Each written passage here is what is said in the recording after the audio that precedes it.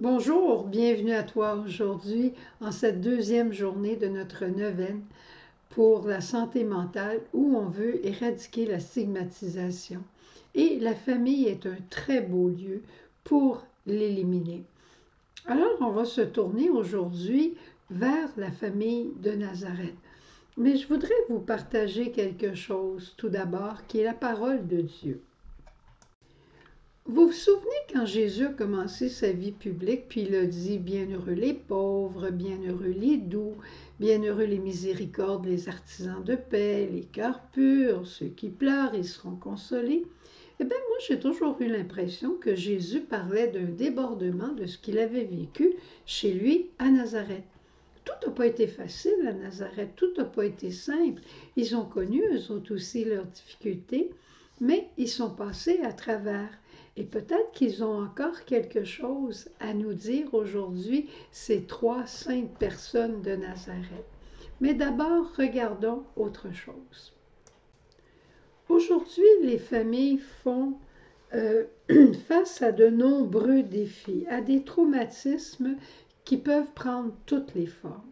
Et c'est souvent de là que viennent nos problèmes de santé mentale. C'est souvent là que ça vient des choses qu'on a vécues dans notre petite enfance ensemble en famille. Et très souvent, on n'est pas conscient uns des autres, des difficultés que l'un et l'autre peuvent vivre. On n'arrive pas à lire les signes.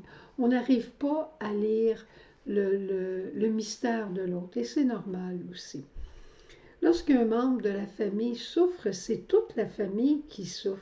Et aujourd'hui, nos familles, on a juste à penser à ce qui se passe présentement en Palestine. On peut s'imaginer ces enfants-là qui entendent des roquettes à cœur de jour. Vous pouvez vous imaginer ce que ça va donner comme résultat dans 15 ans, peut-être même avant. On a les problèmes d'instabilité financière, de chômage, de maladie, d'immigration, de racisme, d'agisme, de misogynie, la traite des personnes, le changement de genre. On peut-tu s'imaginer tout ça, là? Ça fait partie de notre quotidien. Avec quoi on va sortir de tout ça? Hein? Eh bien, on a vraiment besoin de la grâce de Dieu et on a besoin aussi de réajuster, de restructurer nos comportements les uns envers les autres. D'abord, apprendre à s'accueillir, apprendre à être présent et encourager. Je vous donne 3 mots aujourd'hui pour mettre en pratique dans cette journée avec vos familles. Évidemment que des bonnes actions à faire, des comportements à adopter, il y en a beaucoup. Moi, je vous donne un comportement simple que nous a enseigné Sœur Jeanne. Présence, écoute, émerveillement. Une présence d'accueil à l'autre tel qu'il est. L'écoute.